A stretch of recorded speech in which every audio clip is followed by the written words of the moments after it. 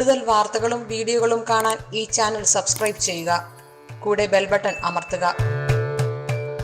ഇന്നത്തെ എൻ്റെ ജ്യോതിഷ വിഷയത്തിലേക്ക് ഏവർക്കും സ്വാഗതം. ഞാനിന്ന് പറയാൻ പോകുന്ന വിഷയം, നമ്മൾ വിവാഹ കാര്യങ്ങളിലൊക്കെ നമ്മൾ ഗണപ്പൊരുത്തം നോക്കും, പല പൊരുത്തങ്ങൾ നോക്കും. അതിലൊരു പൊരുത്തമാണ് ഗണപ്പൊരുത്തം. അപ്പം ഗണപ്പൊരുത്ത ദോഷം ഇല്ലാത്ത നക്ഷത്രക്കാർ, അത് പൊരുത്തത്തിലെ ഒരു പൊരുത്തമാണ് ഈ ഗണപ്പൊരുത്തം എന്ന് പറയുന്നത്. എന്നാൽ പൊരുത്ത ചിന്തയിൽ ഗണപ്പൊരുത്തം നോക്കേണ്ട ആവശ്യമില്ല. അങ്ങനെ ചില നക്ഷത്രക്കാരുണ്ട്, അവരെ പറ്റിയാണ് ഞാൻ ഈ പറയുന്നത്.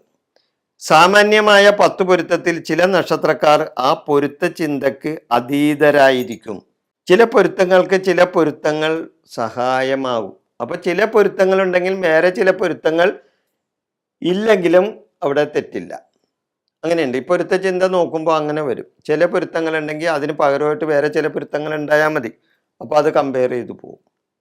അപ്പം അങ്ങനെ വരുന്ന ചില നക്ഷത്രങ്ങളുണ്ട്. കാർത്തിക, രോഹിണി, ചോതി, മകം, ഉത്രം, പൂരാടം, ഉത്രാടം, ഈ നക്ഷത്രങ്ങൾക്ക് ഗണപ്പൊരുത്ത ദോഷം ഇല്ല. ഞാനൊന്നും കൂടി പറയാം. കാർത്തിക, രോഹിണി, ചോതി, മകം, ഉത്രം, പൂരാടം, ഉത്രാടം, ഈ നക്ഷത്രങ്ങൾക്ക് ഗണപ്പൊരുത്ത ദോഷം നോക്കേണ്ട കാര്യമില്ല. അതാണ്. അതുകൊണ്ട് പൊരുത്ത ചിന്തയിൽ നക്ഷത്രങ്ങൾക്ക് ഗണപ്പൊരുത്ത ദോഷം നിങ്ങൾ കണക്കാക്കേണ്ട കാര്യം തന്നെ ഇല്ല എന്നാണ് പറയുന്നത് ആചാര്യന്മാർ.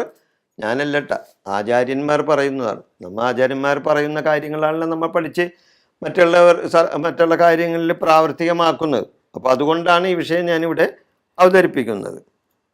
ഈ നക്ഷത്രങ്ങൾ അല്ലാത്ത നക്ഷത്രങ്ങൾക്ക് ഗണപ്പൊരുത്ത ദോഷം നോക്കേണ്ടതാണ്.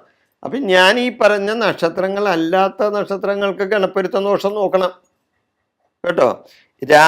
രാശ്യാധിപ പൊരുത്തം, യോനിപ്പൊരുത്തം ഇവയുണ്ടെങ്കിൽ ഗണപ്പൊരുത്ത ദോഷത്തിന് പരിഹാരമാകും എന്നാണ് പറയുന്നത്. അതായത് രാശ്യാധിപ പൊരുത്തം, യോനിപ്പൊരുത്തം ഇവയുണ്ടെങ്കിൽ ഗണപ്പൊരുത്ത ദോഷത്തിന് പരിഹാരമാകും.